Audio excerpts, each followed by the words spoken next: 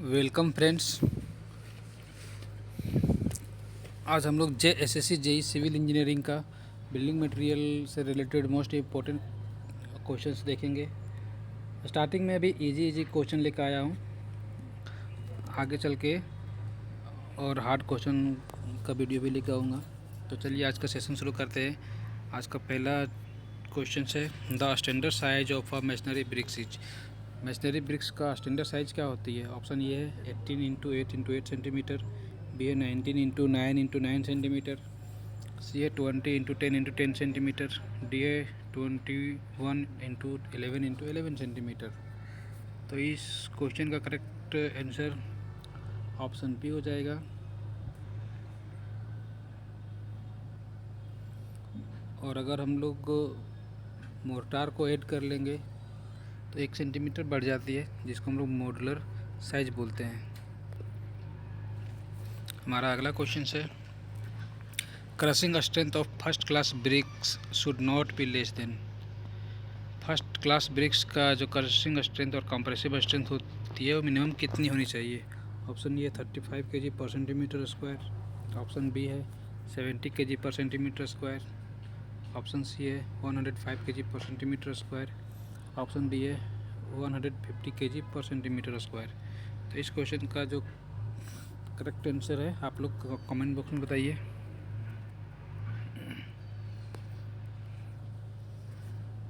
तो इस क्वेश्चन का correct answer option C 105 kg पर सेंटीमीटर स्क्वायर हो जाएगा।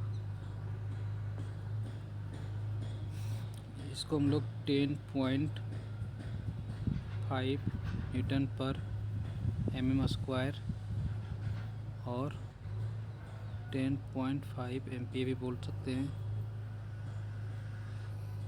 ये फर्स्ट क्लास ब्रिक्स का कंप्रेसिव स्ट्रेंथ होती है। अगर सेकेंड क्लास की बात करें तो सेकेंड क्लास के लिए 7.5 MPa और कॉमन बिल्डिंग के लिए 3.5 MPa होती है।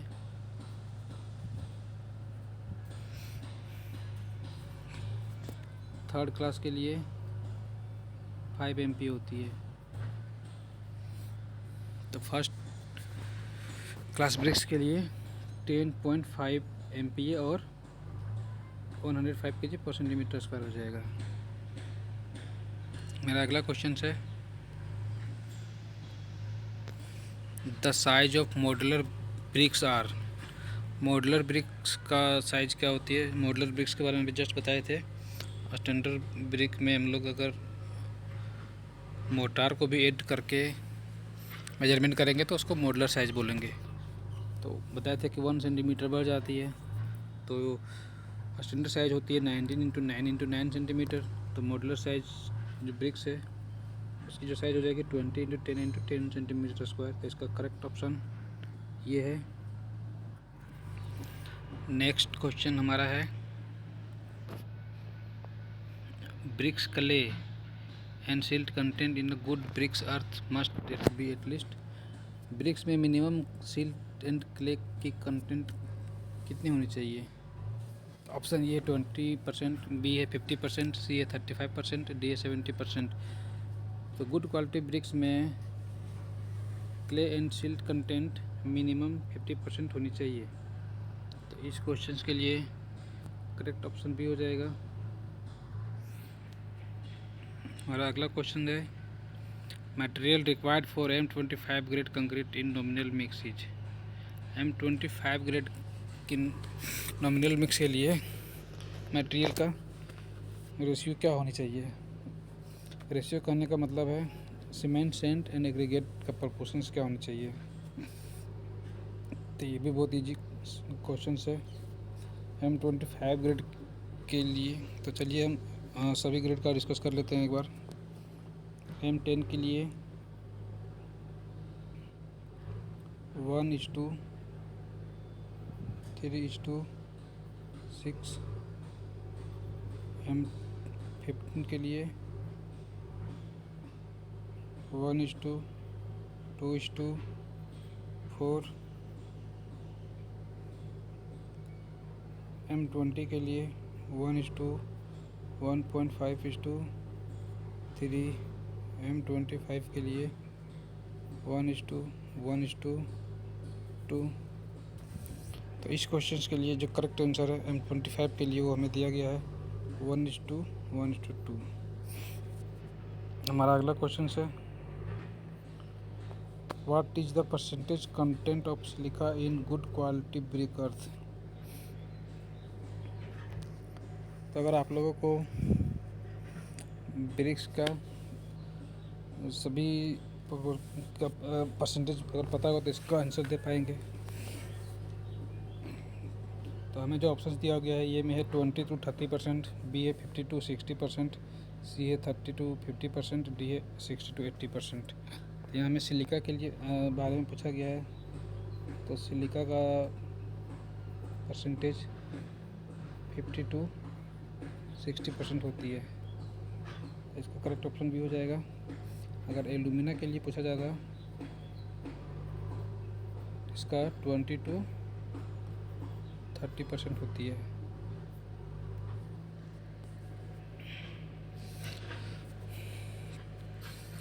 तो यहाँ सिलिका का जो परसेंटेज हो जाएगा वो 50 to 60% हो जाएगा। हमारा नेक्स्ट क्वेश्चन है the shape of the bricks gets deformed due to rain water falling on the brick, this defect is known as. Bricks को हम लोग अगर बर्निंग के लिए रखे हुए हैं और बारिश हो जाए तो उसके कारण जो भी डिफेक्ट आएगा उसको क्या कहते हैं? तो उसको हम लोग चप्स कहते हैं। इसका करेक्ट ऑप्शन ये आंसर हो जाएगा। मेरा अगला क्वेश्चन है the red colour obtained by the bricks due to the presence of. Bricks में जो रेडिश कलर होती है वो किसके कारण होती है? लाइम के कारण, सिलिका के कारण, मैग्नीज के कारण, आयरन ऑक्साइड के कारण। तो हम लोग जानते हैं ब्रिक्स में जो रेडिश कलर होती है वो आयरन ऑक्साइड के कारण होती है। तो इसका करेक्ट ऑप्शन डी हो जाएगा। हमारा अगला क्वेश्चन है the number of standard bricks in 1 cubic metre of masonry work is. 1 cubic metre volume में मेशनरी वर्क का कितना नंबर ब्रिक आएगा, यहाँ क्वेश्चन से पूछा जा रहा है। तो अगर आपको ब्रिक्स का मॉड्यूलर साइज पता है तो हम नंबर ऑफ ब्रिक्स भी निकाल सकते हैं, और अगर याद है नंबर ऑफ ब्रिक्स तो बहुत अच्छी बात है। इसका करेक्ट ऑप्शन भी हो जाएगा। 1 m³ में 500 नंबर्स ऑफ ब्रिक्स की ज़रूरत पड़ती है। अगर कैलकुलेशन की बात की जाए तो हम लोग कैलकुलेट कर सकते हैं 1000 डिवाइडेड बाय मॉड्यूलर ब्रिक का साइज होती है 20 × 10 × 10, ये सेंटीमीटर में होती है। तो हम लोग इसको मीटर में कन्वर्ट कर लेंगे, 1000 से मल्टीप्लाई कर देंगे, ये कट के 500 आ जाएगा।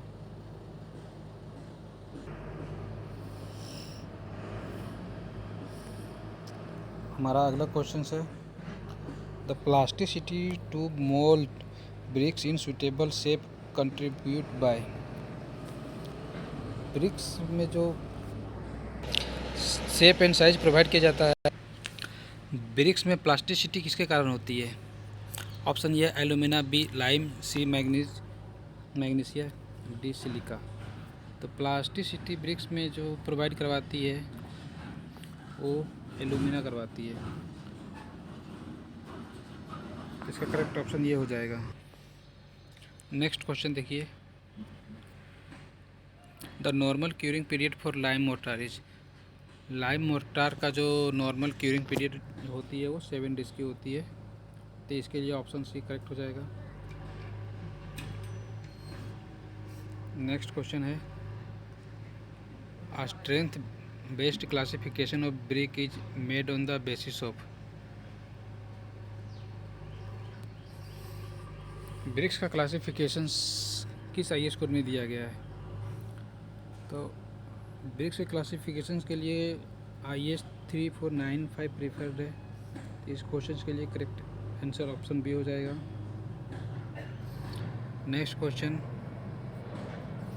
Water absorption of class 1 brick after 24 hour of immersion in water should not exceed of self weight। तो क्लास 1 ब्रिक का जो ब्रिक्स है उसको 24 आवर्स में वाटर में इमर्ज करके रखेंगे तो उसको वाटर एब्जॉर्प्शन कितनी हो सकती है मैक्सिमम। तो फर्स्ट क्लास के लिए जो होती है वो 20% होती है। इस क्वेश्चन के लिए ऑप्शन भी करेक्ट ऑप्शन है।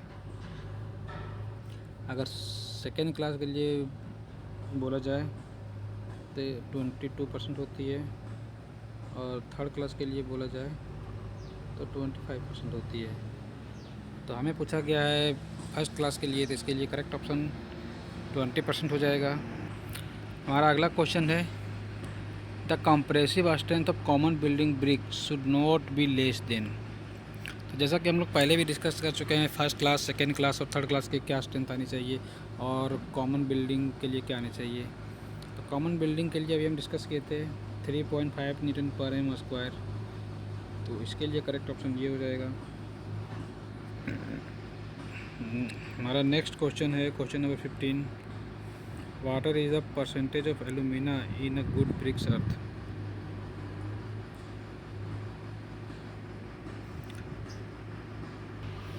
तो गुड ब्रिक्स में जो एल्यूमिना का परसेंटेज होता है वो कितनी होनी चाहिए। तभी हम कुछ देर पहले जब सिलिका का डिस्कस कर रहे थे तो एल्यूमिना के बताए थे। तो आप लोग कमेंट सेक्शन में एल्यूमिना का परसेंटेज बताइए।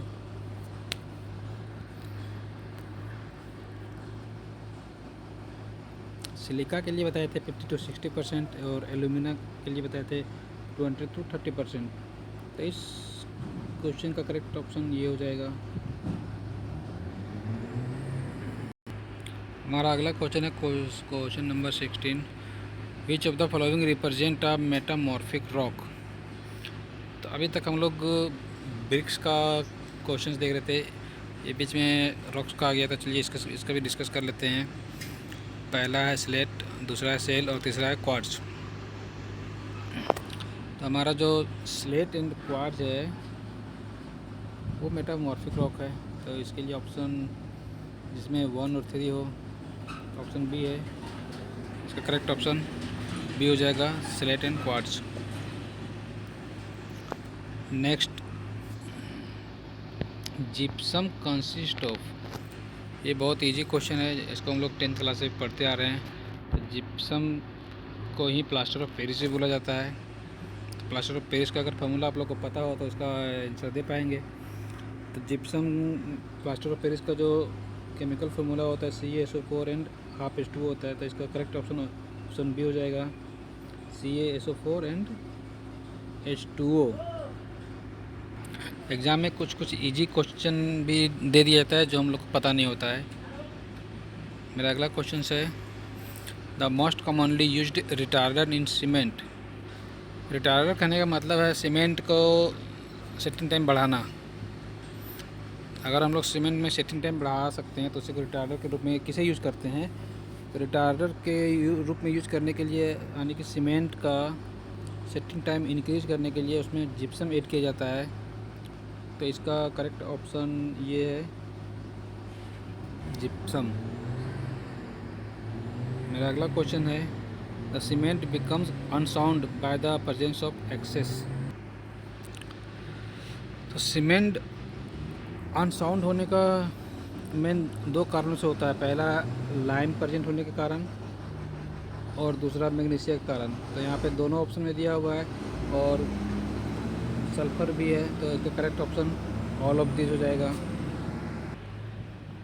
हमारा अगला क्वेश्चन है initial setting time of cement for asbestos cement product should be not less than. Asbestos बनाने में जो सीमेंट का प्रयोग किया जाता है उसका इनिशियल सेटिंग टाइम पूछा गया है। यहाँ ध्यान देना पड़ेगा, यहाँ OPC सीमेंट नहीं दिया गया है। तो इसीलिए आंसर करने से पहले क्वेश्चन को एक बार ध्यान से पढ़ना ज़रूरी है। यहाँ पे पूछा गया है initial setting time of cement for asbestos cement product. तो उसके लिए जो करेक्ट ऑप्शन है वो 90 मिनट्स होती है, उससे कम नहीं होनी चाहिए। अगर OPC पूछा जाता तो 30 मिनट होगा। तो स्टूडेंट लोग अधिकतर गलतियां जानबूझ के करती है कि वो क्वेश्चन ढंग से नहीं पढ़ते। हमारा अगला क्वेश्चन है the minimum compressive strength of second class brick should be. तो अभी हम लोग पहले भी इसे डिस्कस करते आ रहे हैं, फर्स्ट क्लास ब्रिक्स का क्या कंप्रेसिव स्ट्रेंथ होनी चाहिए, सेकेंड क्लास का क्या होनी चाहिए, थर्ड क्लास का क्या होनी चाहिए। तो इसका आंसर आप लोग कमेंट बॉक्स में दीजिए। जैसा कि पहले से डिस्कस करते आ रहे हैं, फर्स्ट क्लास के लिए 10.5 MPa, सेकेंड क्लास के लिए 7.5 MPa, थर्ड क्लास के लिए 5.0 MPa, कॉमन बिल्डिंग वर्क के लिए 3.5 MPa। यहाँ पे सेकेंड क्लास के लिए पूछा गया है, तो सेकेंड क्लास के लिए 75 kg/cm² हो जाएगा। अगला क्वेश्चन है pug mill is used for. Bricks manufacturing में पग मिल कब यूज करते हैं? तो ब्रिक्स मैन्युफैक्चरिंग में पग मिल का यूज हम लोग प्रिपरेशन ऑफ क्ले में यूज करते हैं। इसका करेक्ट ऑप्शन ये हो जाएगा। हमारा अगला क्वेश्चन है एज पर IS specifications the maximum final setting time for ordinary Portland cement should be. तो अगर जिसको सीमेंट का initial setting time final setting time के बारे में पता होगा, यहाँ OPC के बारे में पूछा गया है। इनिशियल सेटिंग टाइम 30 मिनट्स होता है और फाइनल सेटिंग टाइम 600 मिनट होता है। तो 600 मिनट्स इक्वल टू 10 आवर्स होती है। इस क्वेश्चन के लिए करेक्ट ऑप्शन डी हो जाएगा। हमारा अगला क्वेश्चन है excess of silica in brick earth result in. Bricks manufacturing में अगर सिलिका की मात्रा एक्सेस हो जाती है तब क्या होता है? एक्सेस सिलिका होने से कोहेजन में प्रॉब्लम आती है। इसका करेक्ट ऑप्शन बी हो जाएगा। नेक्स्ट क्वेश्चन है और लास्ट है bitumen felt is used for. तो bitumen waterproofing and damp proofing दोनों के लिए यूज होता है। तो इसका करेक्ट ऑप्शन सी हो जाएगा। आज हम लोग 25 क्वेश्चन के बारे में डिस्कस किए। उम्मीद करता हूँ आप लोगों को अच्छा लगा होगा और आगे मैं और बेहतरीन क्वेश्चंस लेकर आऊँगा। तब तक के लिए धन्यवाद।